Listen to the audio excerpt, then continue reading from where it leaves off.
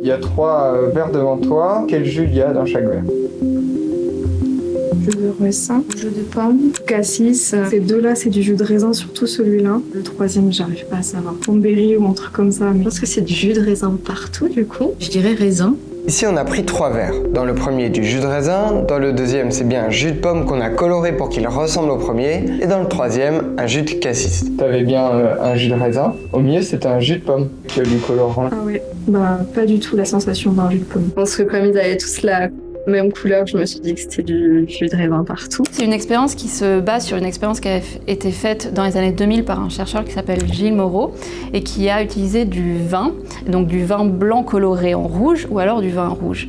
Et l'idée, c'était de montrer que quand le vin blanc était coloré en rouge, des étudiants à qui on demandait de décrire ces deux produits les décrivaient de la même façon. À ce moment-là, il faut que je vous explique un peu plus précisément ce qu'on appelle le goût à la base. Sur notre langue, on trouve des papilles qui contiennent des bourgeons du goût. Et lorsqu'on mange un aliment, ceux-ci sont stimulés et envoient des informations au cerveau. Cela permet notamment de détecter 5 saveurs dites primaires. Le sucré, l'acide, l'amer, le salé et l'umami, que l'on peut par exemple retrouver dans la sauce soja sans sel ou le parmesan.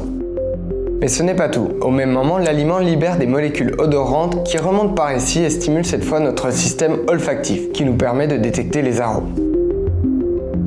Et enfin, je ne connaissais pas, mais il y a un nerf dit trijumeau qui relie en gros le nez, la bouche et les yeux. Et lui, il permet notamment de percevoir le pétillant d'un soda ou le piquant de la moutarde par exemple. Donc quand on parle du goût au sens scientifique, c'est l'ensemble de tout ça. Mais comme on vient de le voir, la vue d'un aliment peut aussi jouer sur sa perception. La vue va avoir une forte influence sur si on va percevoir le goût comme étant plutôt de la fraise, plutôt du cassis. La vue, c'est une manière déjà de catégoriser l'aliment avant même de le goûter ou de le sentir.